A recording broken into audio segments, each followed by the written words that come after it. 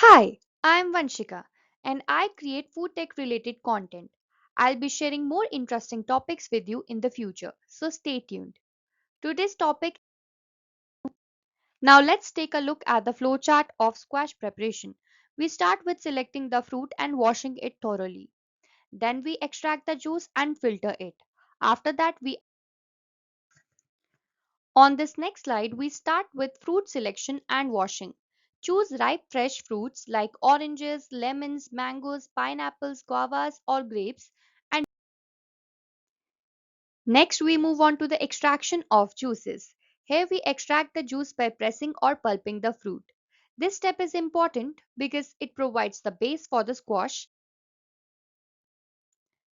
After extraction, we filter the juice to remove any pulp, seeds, and fibers. This step is important to ensure clarity and a smooth texture in the final. Now let's talk about the addition of sugar. Add the sugar syrup in the correct proportion. This is important because it sweetens, preserves, and balances the acidity. Next, let's talk about the addition of acid. Add citric acid or lemon juice. This is important because it adjusts the pH, enhances the flavor, and prevents. Now let's add the preservatives. Add permitted preservatives like sodium benzoate. This is important because it extends the shelf life and prevents spoilage.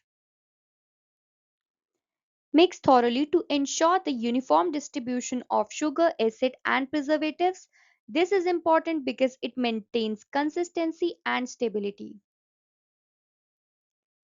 Now, let's talk about the bottling and sealing process. Fill the squash into sterilized bottles and seal them immediately.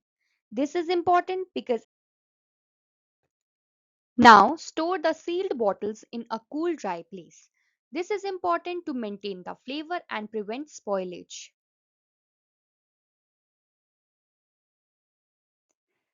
So, let's talk about some common problems with squash and their remedies. First, there's fermentation. This usually happens due to poor sealing. The